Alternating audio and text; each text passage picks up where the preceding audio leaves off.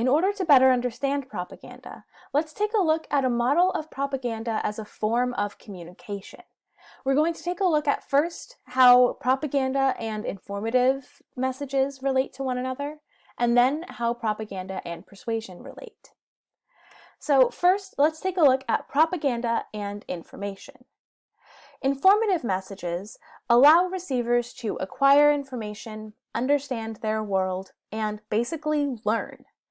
Informative messages are thought to be neutral because they are characterized by a very special and limited use of language.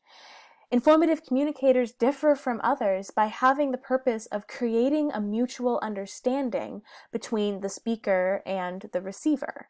And the information that is said in informative messages is considered to be accurate, the concepts are considered to be indisputable, and the ideas are based on facts.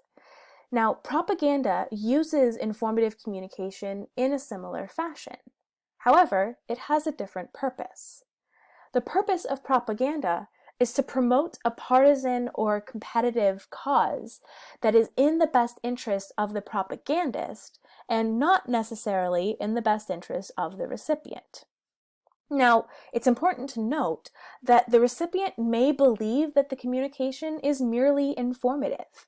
White propaganda is in fact very similar to informative communication.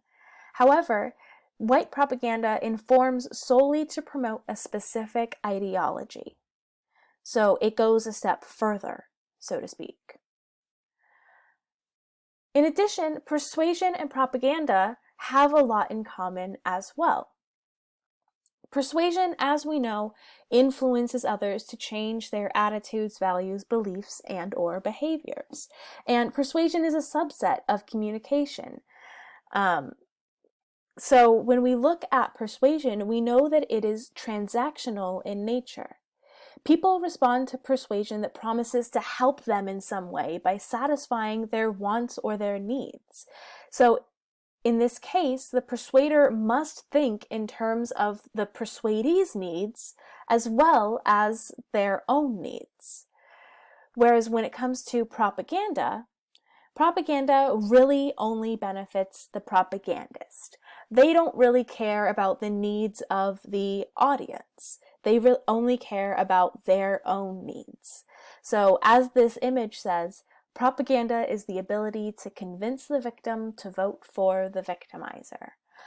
So as you can see, propaganda has a relationship with both informative and persuasive speaking, but the purpose of propaganda is very different from these two forms of communication.